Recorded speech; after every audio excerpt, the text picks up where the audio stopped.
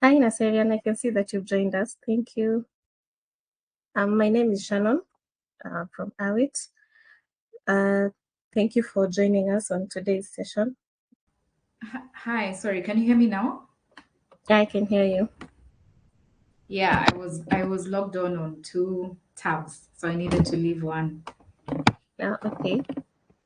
Yes. Yes, thank you for joining us.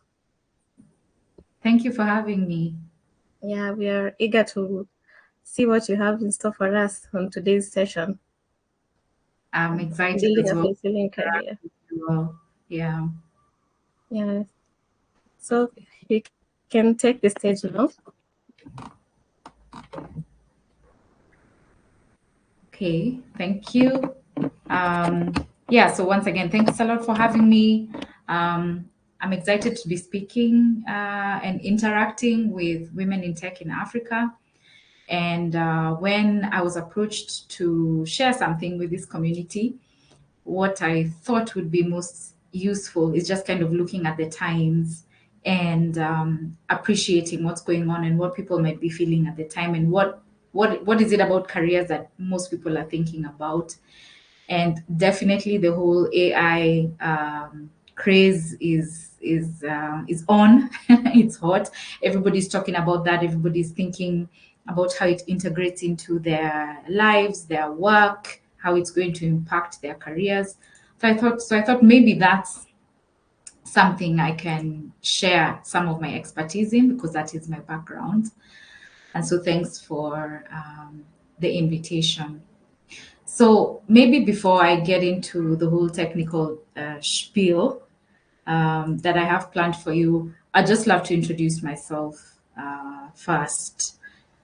Please confirm if you can see my screen. Yes, I can see your screen. Okay, great. So how did I get here, and why am I doing this work? Why is this talk of interest to me? So I am and have been a career person as well all these years. My background was mostly in organization development, human capital consulting, and HR management. So I did that for quite a number of years before I got to a place where I just felt extremely stuck. I think it was about 13 years by that time. I had built my career till then, but then I just got to a place where I was not feeling it anymore. It was not feeling me anymore. I was struggling to wake up in the morning, to go to work, to be creative, to really contribute. I even found myself holding back from applying to any new jobs or even just seeking, trying to reach higher, and grow my career. So I could tell that something was really wrong. And I talked to lots of people. That's what you do when you're stuck in life. You talk to your mom, you talk to your friends, you talk to your loved one, you just constantly whining really about this issue, which is where I was at for quite a while until a friend of mine recommended, said, you're going round in circles with this thing. We've already told you what we think, but you're still going round in circles. I think you need to get some coaching. And at that point, I had never even interacted with coaching. I didn't know about it and I hadn't experienced it. I had heard about it from afar. So I listened, I got a coach, and this coach was able to really help me through that stuckness and help me kind of just get out of it and find some action, find and traction also, and move forward, and try and get unstuck with this situation. Because I had ideas in my mind of what I wanted to do, but I just wasn't executing them. I was very scared. The main thing I wanted to do was actually to quit my job. I wanted to quit my job and maybe even quit my career because I was questioning it all. But that was a very scary thing. I had thought about it for years and years. But this coach kind of helped me create a plan that I felt safe to execute. And that's what I did. And I decided I was going to take a 1 year break. In that 1 year break, I had no plans, no specific, projects or what. I was just going to just get a break where I could kind of think and figure out what next. Because I had never done that before in my career. I have always just been go, go, go. It's one class after another. Immediately after class, it's a job, and then it's go, go, go. I never really stopped to think, what do I want? At that point, I didn't realize that was the issue, but really that was it. And so I decided to take a break. I quit my job with no knowledge of where I would go after that. I remember my bosses asking me, so where next? Where are you going? I would say, honestly, I'm not going anywhere. I don't know where I'm going. I will figure it out. Once I figure it out, I'll let you know. And in that messy 1 year, and it was very messy because also just life doesn't allow you to just be, especially if you've been go, go, go for so long, you start questioning yourself and wondering, what's next? What next? What next? And in that what nextness, I ended up stumbling into a coaching course. At this point, this was COVID, so everything is closed anyway. But online had really opened up. So an online coaching course opened up. And I was curious. A friend of mine recommended it to me, and I thought, yeah, I've heard of it. I know it's related to my career somehow, so it won't be a loss. At least then I can say this 1 year I wasn't just sitting around and doing nothing. There was a course I did. That was kind of the way I went into it. But towards the end of it, I actually found a lot of alignment with coaching in itself as a profession. And I kind of felt like this is really what I was looking for. I felt such alignment with it. I felt like it really ticked all the boxes when it comes to how I wanted to show up from then on. And towards the end of the course, literally, I think the last 2 classes, I decided, actually, I think I'm going to pursue this career after I complete this course. And so that's what I did. Immediately after I finished the course, I talked to my instructor and I told him, this is what I think I want to do. Said, God, go for it. Of course, I talked to 1 or 2 people, but then there it was. I had to now pick up, start a whole new career from the bottom, figure out how that would work. And that is a whole other story on its own. But I'm giving you this story to kind of give a backdrop of why I do this work. I kind of stumbled into it, but I feel so passionate about it because it's my story. It's my being in this traditional career for so many years, it not working for me at some point, and me trying to come out of that and figure that out for myself. And then also now start the hard work of rebuilding a new career. And so that's how I ended up in career coaching. I decided to focus on that, and specifically not the whole world of career coaching, but specifically around fulfillment, because I felt like that's what I found meaning and fulfillment in the work that I was doing. And that's the coaching I wanted to do. That was what I wanted to help people. And so that's why I ended up calling myself the Jumpstart Coach. I felt that I wanted to help African professionals jumpstart their careers. If you've been feeling like it's just been it's just been there, you're not really contributing. I don't think anybody deserves to live like that forever or have that kind of a career. I think we all have so much to contribute, especially in this continent of Africa. And I really want to help professionals do that, get that spark again, figure out what they are uniquely good at, and get the energy to really dive into that, utilize all the resources around available to them to really build an exciting, engaging career and solve Africans' problems. That's a mission I now embark on, and it's really exciting work. I have probably coached more than 500 people at this point over the last 5 years that I've been doing, almost 5 years, 4.5 years that I've been doing this. And I really enjoy this work. And so today, as I now speak with you, women in tech, it's my hope that I will leave you with a little spark as well, that you will try to look inwards and see what is it that I can contribute and how can I build a career that is actually exciting and meaningful to me. And an interesting thing also I want us to discuss is that even possible? Is that even is that like possible, especially in Africa? Is that rational? Is that realistic? So we're going to talk about that. So that's a bit about me and the work that I do. I'm a certified coach with the International Coaching Federation, and yada on all my other qualifications in HR and organization development. But let's get into what we are all here to talk about today. which is the impact of AI on your career and how it's all looking. And I think at this point, I just want to do a little pulse check. And I don't know if I believe we all have the chat capabilities, and we could all kind of participate in it. Just let me know if that's possible.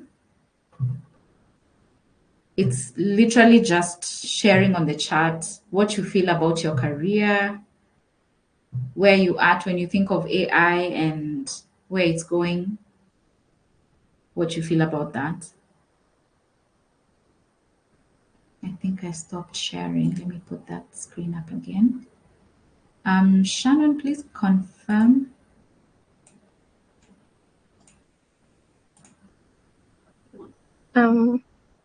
Yeah, I can see your screen now. Okay. When I put it on present like this, I'm not able to also see the hub. So if you could please check for me if there are any responses on this pulse check. How do you feel when you think about your career, and the impact that AI will or might have on it? So it's literally Okay. just emojis, or you could type Yes. out the word if you can't find the emoji. So guys, please drop your responses in the chat. I'll read them out so that we can get to interact. Okay. I can see someone is typing. Daisy Kimathi says she's uncertain. Okay. Mm-hmm. Thank you for sharing, Daisy.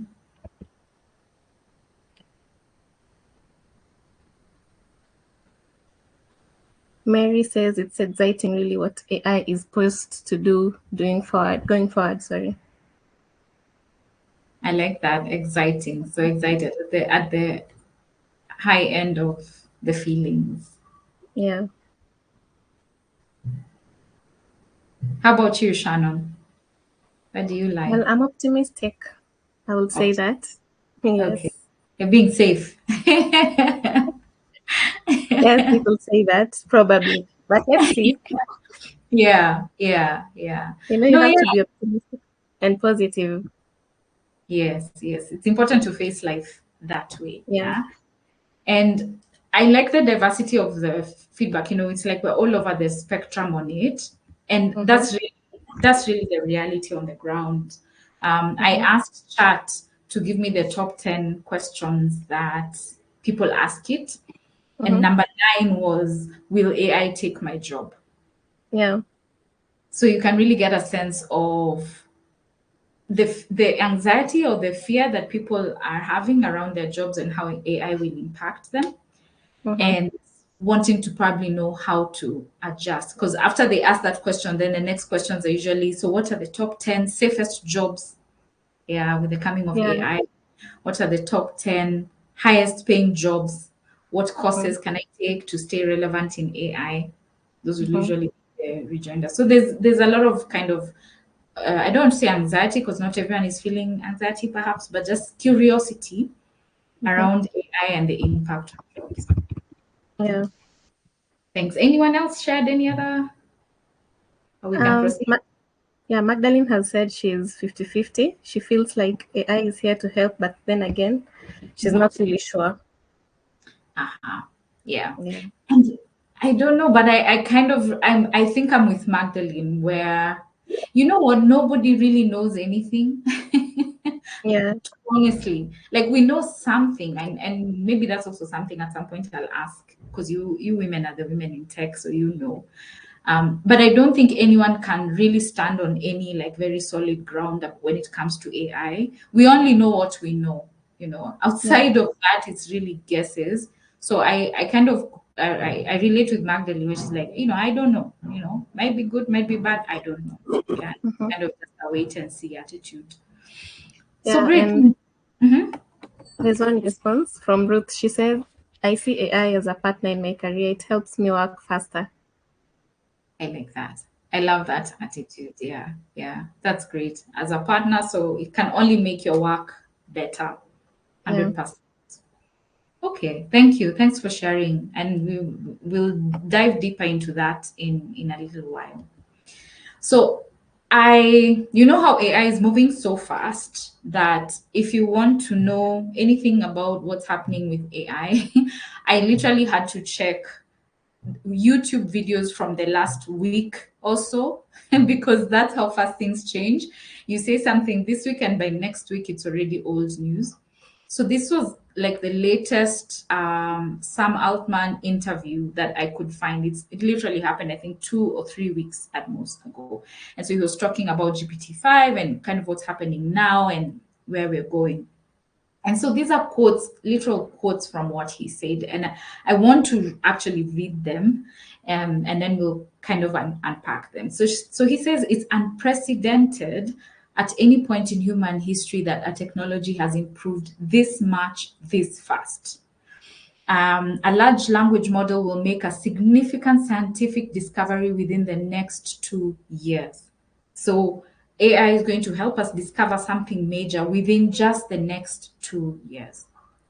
He says the rate of change will be vertigo inducing. If you know anyone who has vertigo, it's that, dizziness when you stand up. It's that fast. The speed is so high. Economies will grow so fast. He draws comparisons to the Industrial Revolution, and he says it's going to be 10 times bigger and 10 times faster. So if we imagine the changes that Industrial Revolution brought to humanity, now do that 10 times. And then he says, and he acknowledges that some classes of jobs will totally go away. And I love that because I have been fighting that. I've been fighting that statement for a while now. There's that statement when you ask AI, so will AI take jobs? And he says, no, AI will not take your jobs, but you will be replaced by someone who uses AI. Has any of you had that sentence? It's like AI designed that sentence and now everybody just parrots it. But it's not true. In reality, some jobs will, in fact, many jobs will disappear. They will go away. It's not true to say AI will not take you. It will take some jobs, perhaps even many jobs. Yeah. And then he says in 5 years, half of the entry level white collar workforce will be replaced by AI. And already just, I think it was yesterday, I saw McKinsey, a news post on McKinsey, and how it's already really reducing its intake of entry level people because they're able to use AI for a lot of that. And being a consultant who also came in from entry level, I can really relate with that. I don't know if that was happening in my time, what I would do, because now what's that? Where are people supposed to go? But that's already happening, and in 5 years, almost half of those jobs will already not be there. But that's one side of the coin. The other side of the coin, he says, is there's never been a more amazing time to go create something totally new, to go invent something, to start a company. And that's something you women in tech are sitting, at the center of. You are already playing in this space, and so you probably have like first dibs on this opportunity for creativity and opportunity for invention and starting something new. He says a one-person company will go on to be worth more than $1 billion. One-person company.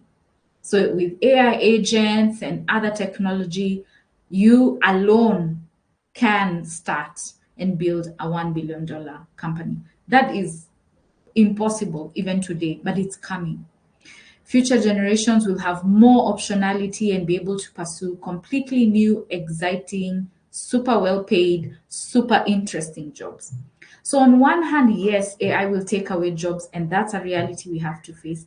But on the other hand, it will create amazing new jobs and opportunities. And finally, AI's ability to create almost instantaneous software will be a defining element of the GPT-5 era, allowing people to bring ideas to life at an unprecedented speed. So you have an idea, you can bring it to life. You can maybe build $1 billion company out of it, or you can build an exciting career out of it. So yes, there's all these things that are going to change, perhaps for the worse, but then there's also all these opportunities, which that's what I was saying, like Magdalene shared.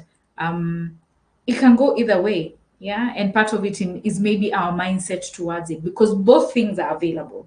The negative and the positive, both of those are available. It's just up to us to choose which side of the coin we want to pursue. So those are just some insights from Sam Altman, what he thinks AI will do, and a way for us to also think about the opportunities that are there. So the question is then, if the world is moving so rapidly, things are changing so fast, how do you sustain meaning and fulfillment? How will it be if my job is going to disappear? So if I'm a consultant or I'm in university still and trying to break into an industry, and then you're telling me entry level jobs are going to disappear, or you're telling me I'm in HR and within 1 year AI is going to do maybe a half or even more of what I currently do. How am I supposed to find fulfillment and meaning in such a world? What does that mean for me? And before we go further into that, I think it's good for us to kind of unpack what fulfillment means. Yeah. What does career fulfillment really mean? And I'll just give the textbook answer first, and then we'll unpack it into, try and understand it better. But the textbook definition of career fulfillment is it's a subjective sense of well-being derived from work when it satisfies psychological needs. And those are autonomy, competence, relatedness, and aligns with personal values and is experienced as meaningful and contributive to one's identity and life purpose. So this is actually a well-researched body of work. It's a line in psychology where you feel that your work fulfills you. What does that mean if we were to unpack it? So you see words like psychological needs, that's need for autonomy, needing to feel competent, needing for relationship and connectedness. Then there's aspects of personal values, feeling meaningful and contributive to one's identity and purpose. So these are things we are hardwired for. A human being is hardwired for this, right? So when we're talking about career fulfillment, those are kind of the things we are discussing and we're touching on. So let's hold this thought, this question on. So if things are happening so rapidly, disruption is happening so rapidly, how do I sustain meaning and fulfillment? Let's hold that thought, right? And this is a question now I'd like to pose to you. So before we even go very far with this career fulfillment thing, I'd love to hear, does it even matter? Like, does it even matter to try and find this feeling of well-being and satisfaction, feeling of autonomy, personal values, meaning, da da da da. It sounds very beautiful and cute. So does it even matter? I'd love to hear from you guys. It's a question I ask everyone because I just want to get a sense of where we are at with that. Yeah, please feel free to share. I believe you might have to type it out in the chat. Shannon, I will call on you again. Yeah, I'm actually looking out on them. But Daisy says it matters because it's how we contribute to society. Thanks, Daisy. Magdalene says career fulfillment matters because at some point it is what will motivate me to wake up and go work or pursue my career. Thank you. And then I have to ask you as well, Shannon, what do you think? I think it matters, honestly. Yeah, because it's motivation. Keeps me motivated. Yeah, and purpose as well. Yeah, gives you Mary, purpose. Mary says it matters because of values align. Sorry, absolutely matters. Values alignment, especially. Values alignment. Yes, Yeah. 100%. Thank you. Yeah, so thanks for those shares. It sounds like you're all in agreement that it matters. And let me explain why. Bit of a busy slide, but I felt the information was necessary. First of all, career fulfillment will mean nothing to someone who is not able to make ends meet, right? If you can't even cover your basic needs, you're stressed out to pay your rent, you are, half your salary is going to your family or sorting out some bills or whatnot.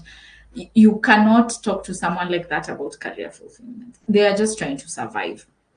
And so there is a level that someone needs to get at in terms of just safety, economic safety or financial safety, before then they can start thinking about fulfillment. And it's only human. You can't talk to a hungry person about fulfillment. Their priority at that time is just to meet their needs.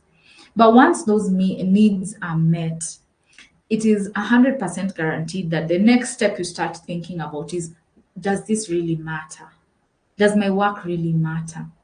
And more importantly, when we know that work takes up a third, and I think a third is even a modest proportion, that data must be old by now, because nowadays people are on almost all the time. Even after you leave the office, you go home and you continue to work. Or if you work remotely, you find that you're working 12 plus hours a day. So for that amount of time in your life, really, surely, do you not want to enjoy a large amount of it or feel fulfilled by it? If it's empty or toxic, just imagine the impact on your health, your physical and mental health, for you to be spending that much time in an unfulfilled state.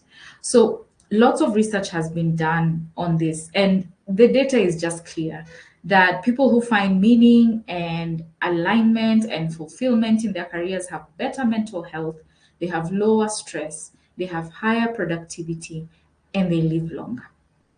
And who doesn't want that, right? Who doesn't want that? Who wants the opposite of that? To be constantly stressed, to have poor health, to have poor productivity, even. So you're working all this much, but really, what are you producing? And then even sacrificing your longevity for this career that is toxic to you.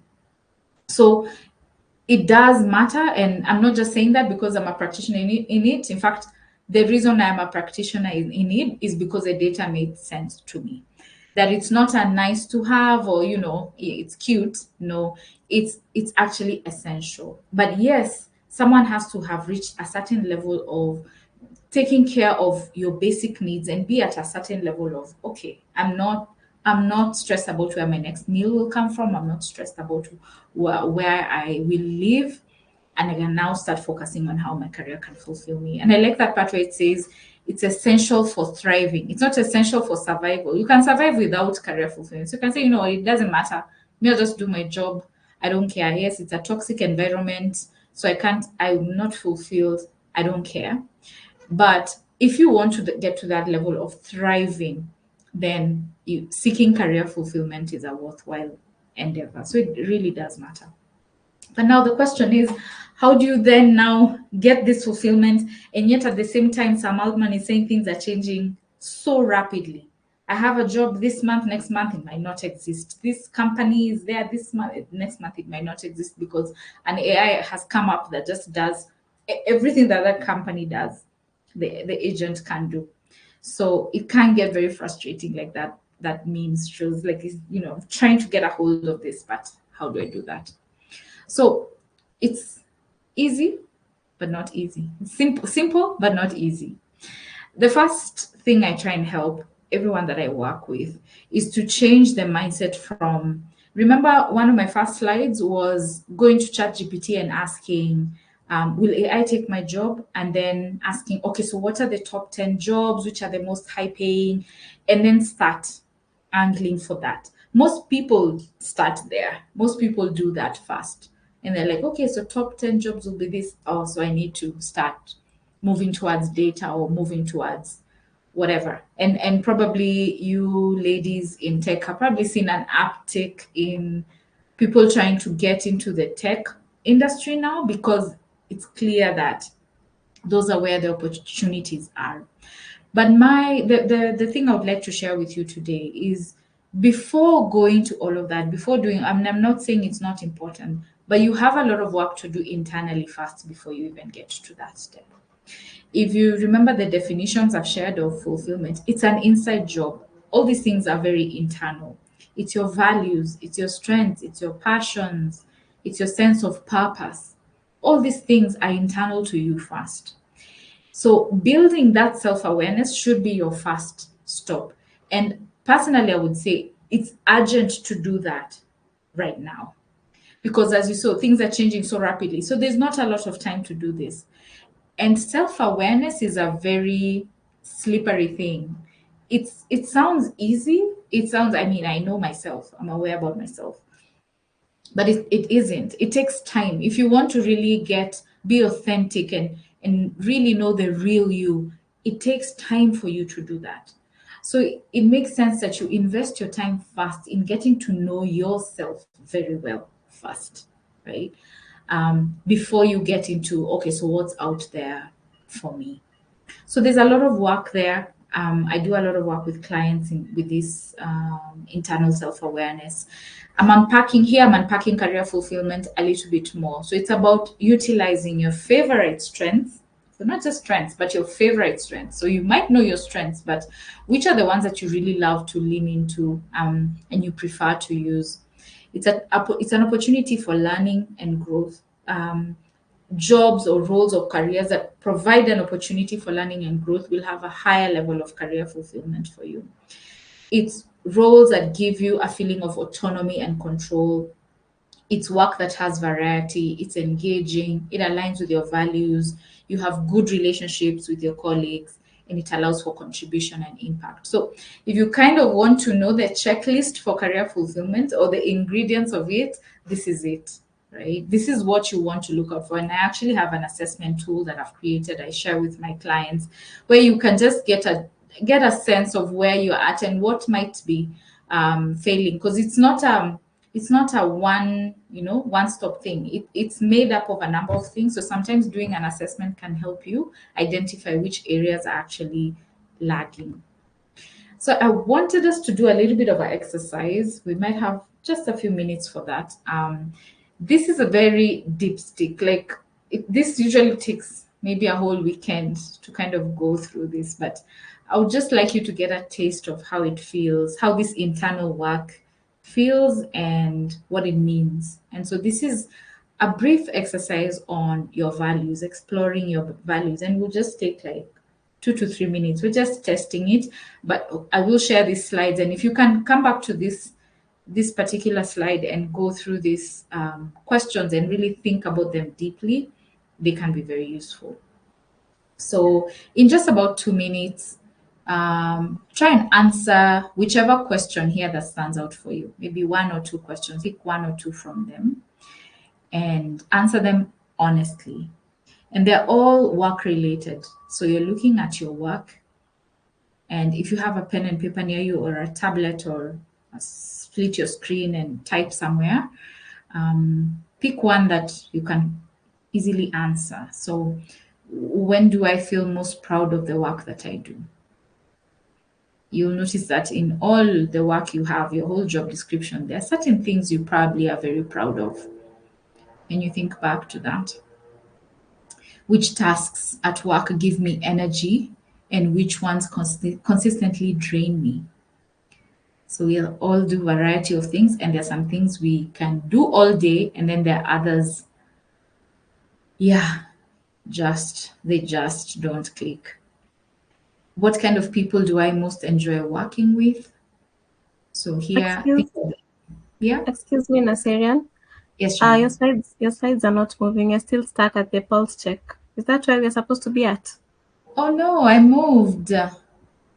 You can't see? We can only see the pulse check slide. Wow. Okay, let me reshare. Okay.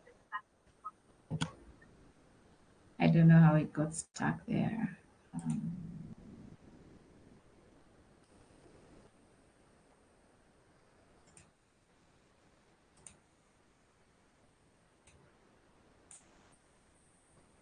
Mhm. Okay, so let me know if you can see. Yeah, exercise. Explore your Yes, values. yes, that's where I'm at. Oh, wow. I'm so sorry to have kept you all hanging all this time. So, these are the questions I'm referring to. When do I feel most proud of the work I do? Which tasks at work give me energy and which ones consistently drain me? What kind of people do I most enjoy working with? What are my non negotiables at work? Things I would not be willing to compromise on? What kind of learning or growth opportunities matter most to me?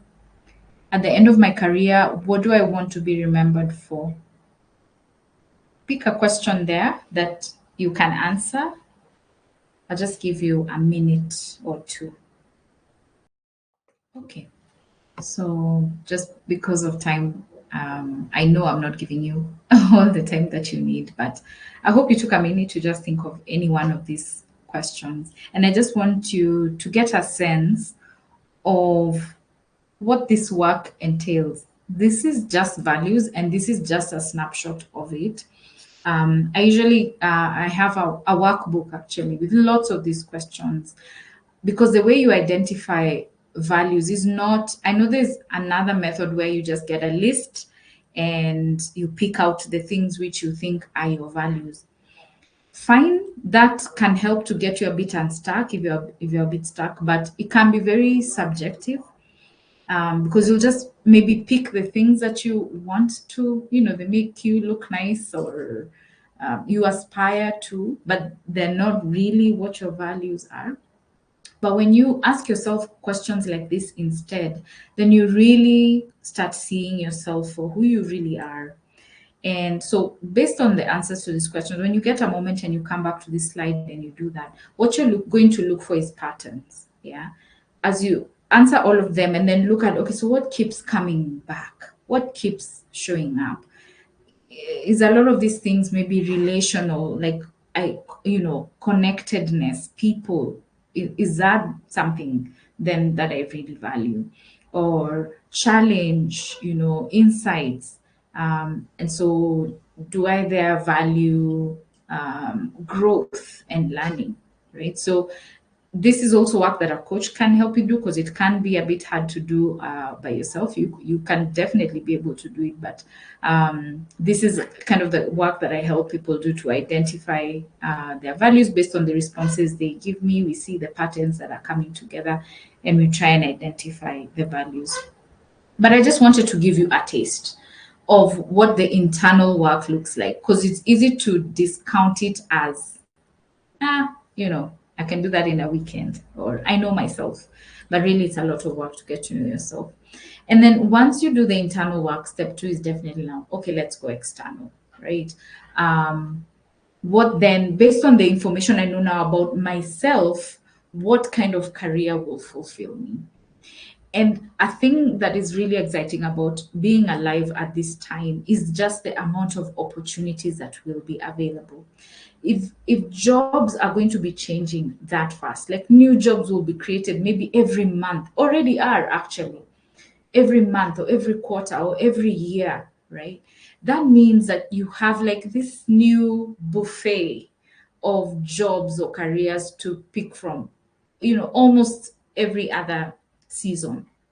So that means once you're armed with the information about who you are and how you like to show up and how you show up in the world, then now you're able to choose well, right? Choose well and not go into things that will only drain you. Because as it stands, I feel like the only marker maybe that people use to make the decisions on careers is which one is the most viable, which one will make the most money, really. And at the end of the day, fine, that's one thing that's important, but it's not the only thing to consider. And once you know yourself well, then you're armed with more information to make a better selection, better decision. So I came up with this framework that is uniquely designed for a time of disruption. At another time, maybe it would not be as relevant because we'd have time to choose. Like the period we're coming out of, a traditional career time where you could pick a career and then sit in it and build 13 years, 15 years, 20 years. That is not there anymore. the career world is completely upside down, and or is going to be increasingly so. So in a time like this, we need a different framework. Especially, I think there's going to be a few decades of a lot of disruption, and then maybe things kind of stabilize. And even then, who's to know how many decades those are, right? How long it's going to take until you're like, okay, so this is the age of AI. This is how AI looks like. These are the jobs in AI. This is, I don't know, it's probably another 100 years before things settle back down, if at all. So in the meantime, between now and then, how do we, because that's when we are alive, our careers are now going to be in the next 20, 30, 40, 50 years for those who are just entering the job market. What do we do? Because we are now living in the time of disruption. So that's what this framework is about. And I'm just going to rush through it like, like like a speeding car, and then share this deck with you for you to kind of dig a little bit deeper. So I called it the fluid framework. I'm trying to give the idea of fluidity, yeah, and constant movement. Please confirm that the slide has changed. No, No. I was actually unmuting so that I could tell you that. Okay. Why does that keep happening?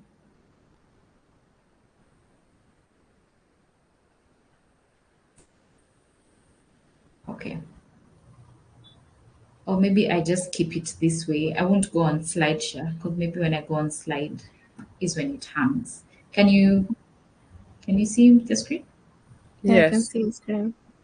Okay. And then when I switch it now, you can see? Yeah. Okay. Then I'll just leave it here. It seems like when I go on present mode, it just sticks there. So this is a fluid model, and it's kind of an acronym just to help you remember. It's 6 pillars to this career fulfillment in disruption. So the first pillar is embracing a flow-based learning approach. So careers now are not going to be 5 to 10-year careers. You are going to embrace a 6-month to 1-year sprints. So think of your career in sprints, and I think in the world of tech, sprints make sense for you. That terminology makes sense for you. So you don't think of your career with this long-term approach. You're constantly checking in and readjusting, because a job maybe that existed in 6 months, 1 year doesn't exist anymore, or how it looked like then is not how it looks like now, and you have to adjust. So that first mindset to take in is embracing that fluid based learning. You're constantly checking in on where things are, and then learning, adjusting your learning based off of the information that you are collecting.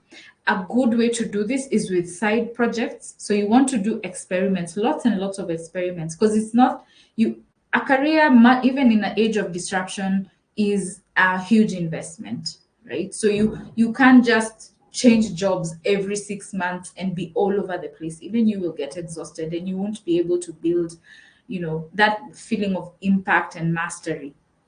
So you're better off investing in experiments and projects. So if you sense that maybe the direction for this job is going this way, okay, so how could I experiment in that area just to get to learn what that's all about, and see whether it's something that I want to actually invest in and sit in it. So think of short sprints, and think of breaking down jobs or experiences into short projects, so that those projects you're just learning a little bit, just enough for you to make a decision on, is this a direction I want to take with my career or not. Then the next letter in that acronym is L. That's layered skill stacking. So we're no longer going to be in this place where you have one career for life. So it's just the one skill, the thing you went to university for, and then you're going to just stick there for the rest of your life. That's not going to be there in the medium to long term. That's gone, right? You're going to have to embrace layering your skills, right? So yes, you can have this like base skill, but you can't leave it at that. You want to keep layering it. So I gave some examples there. So for example, your skill is in coding, right? But maybe you have an interest into getting into a field. Remember, you're being guided by your internal data, your self-awareness, and you're feeling that for me to be more fulfilled, I think I want to go more into like a creative space where I can use my skills. So maybe you're going into communications, or you want to get into communications. Then add a layer of a communication skill. So like that was storytelling, data storytelling. And you're pairing that with your coding skill to then see what that unlocks for you. And at another time, you probably will add an additional skill layer as well. So that, like the image there, you're creating this cake that's very unique to you. It's your own ingredients. You're building your own very unique cake of a career with different layers of flavors that come together to build something very unique for you. So also embracing that layered approach, as opposed to I am one thing and that's the thing I am for life, or that's the skill or qualification that I have for life. Now think of layering your skills. And then there's you, which is unique identity flexing. So what this means is don't hold on to just one identity for yourself. We're going to have to be very fluid with our identity. When you introduce yourself as a programmer or as a data analyst, we're going to have to need to step away from that, because that's not going to allow you to be fluid, to be reactive and moving with things. Embrace a broader kind of identity. And so that's why one suggestion was introduce yourself with your strengths, your favorite strengths, the things you like to do. I like to introduce myself using my mission, the work that I love to do. And what that work will look like today, tomorrow might be very different. But I know I'm headed in the same direction, but maybe tomorrow I'll be doing something else towards that mission. So let's now stop being very stuck to certain identities, to one thing. Be a bit fluid with your identity. The next one is ecosystem thinking, thinking as an ecosystem. Where we are headed, it's not going to be possible to lock yourself in a room and just do the one thing that you've been doing for the last 10 years. You're going to have to really be out there networking, especially because things are changing so fast. So you need to know what's going on. You need to leverage other people's knowledge and expertise, build collaborations for you to kind of ride the wave together. And of course, this doesn't have to be physical, right? Like it doesn't mean literally going into physical events and whatnot. Even online, a lot of networking happens online. But the thing is, you just can't close yourself off, do this one thing, even no matter how much of an expert you are, and not be connected to what's going on around you. One, it's a source of information on what's changing, but it's also a source of opportunities and options for you should you need to change up what you're doing, which you most likely will need to. So then you'll need to know who to go to for that. And then there's enriched meaning. And I really like this part of the whole framework, because much as today I'm talking about career fulfillment and that is what I work on, I do appreciate that it's not necessarily safe to put all your needs of fulfillment into just your career. Yeah. That now, I only get meaning from my work. It's the thing about putting all your eggs in one basket, because it means that when it struggles, or when you struggle with your career, your entire world is shaken. Your entire sense of meaning is shaken. So the idea is that you want to break that up. Yeah. Break up your meaning into different pieces. Find meaning in different things from different sources. Have a diverse identity of yourself. I am not just a techie. I'm not just a woman in tech. I am also, I also work with teenage moms in low income areas. I also teach piano over the weekend to kids. And all of this, not because your friend also does it or because it's cool, it's because you've done the work and you realize this is something that would bring meaning to me. And I need to add on, add on these pockets of meaning from all over the place, so that even when I struggle, when my career struggles, it doesn't go away with all of who I am. And then finally, it's deep resilience. It's going to be tough. We can't sugarcoat it. And I think even when you listen to Sam Altman, he really tries to, like, he speaks he's so measured. I don't know if you've noticed that. He's so measured. It's like every word that comes out of his mouth, he has to think about it. And he really tries to balance between saying things are going to get really bad and still giving people hope and optimism. But the truth is, we're going to go through some tough times. There's going to be major change. And we know as humans, we don't do very well with change. Even small change sometimes is so hard to do. So in a time where there's going to be so much change, we're going to have to foster resilience, deep resilience. So that's also something you can start from today. What does resilience mean for you? What are the things that help you build resilience? What are these practices that you can get into, like mindfulness? It could be even your health, taking care of your physical health gives you that ability to be resilient, and invest in those practices, because that's what's going to see you through. So just to quickly go back to the framework, those are the 6 layers: flow-based learning, so sprint kind of thinking; layered skill stacking, so think of skills, accumulating a number of skills to build this really unique career for yourself; unique identity flexing, so don't be stuck on one identity. I'm just this one thing. We have embrace a broad identity. Ecosystem thinking, build your networks, collaborate with people, keep your ear on the ground, help others, and they will help you. Then enriched meaning, find meaning in different sources, from different sources. And this is also connected to the different identity. Yeah, in all these different ways you identify yourself, find meaning in that. And then finally, learn what will help you to be resilient and invest in that, because you're going to need it. You're going to need that skill or that capability of resilience. So my parting shots, my last few words is the principles that are still going to lead us through being tech women. Agility, I know you know a lot about it with the agile framework, but you probably know it from a very corporate and systematic manner. But even as an individual, embracing agility is something that sometimes needs some work on how you're going to do that. When I talked about 6 months to 1 year career sprints, that's going to need quite a bit of agility. Creativity. When I spoke of what Sam Altman's predictions of what AI could bring, we're going to need to be very creative people. We are not going to stick in a box, in a silo, and do things the way we've been told. We need to foster our creativity so that we can really build new things, and tap into all these new opportunities.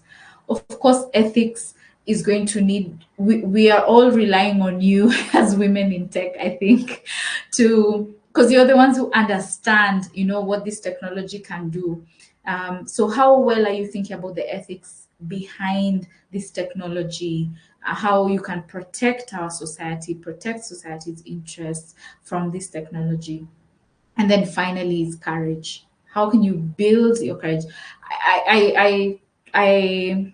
I battled with putting either confidence or courage there, but I believe confidence is a courage game.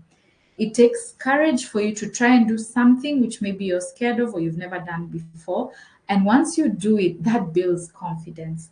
So in a place where nobody knows how careers will be, nobody can tell you this is a sure shot, it's going to take courage for you to take those first steps.